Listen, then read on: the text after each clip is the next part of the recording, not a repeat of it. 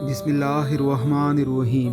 حضرت ابو امامہ رضی اللہ تعالی عنہ سے مروی ہے کہ حضور نبی اکرم صلی اللہ علیہ وآلہ وسلم نے فرمایا، رات کا قیام اپنے اوپر لازم کر لو کہ تم سے پہلے کے نیک لوگوں کا طریقہ ہے اور تمہارے لیے قرب خداوندی کا باعث ہے، برائیوں کو مٹانے والا ہے اور گناہوں سے روکنے والا ہے۔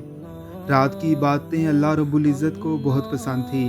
صحابہ اکرام رضوان اللہ علیہم اجمعین کے حوالے سے تاریخ اور سیرت کی کتابوں میں لکھا ہے کہ وہ دن کے مرد مجاہد تھے، راتوں کے عابد اور زاہد۔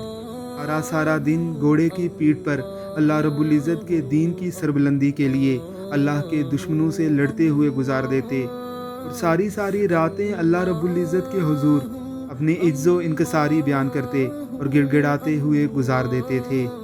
تو اے رسول اللہ صلی اللہ علیہ وسلم کے امتیوں، اگر اللہ کا قرب چاہتے ہو، راتوں کے قیام کو خود پر لازم کر لو۔ اللہ رب العزت کی ذات ہم سب کو توفیق عطا فرمائے، آمین ثم آمین۔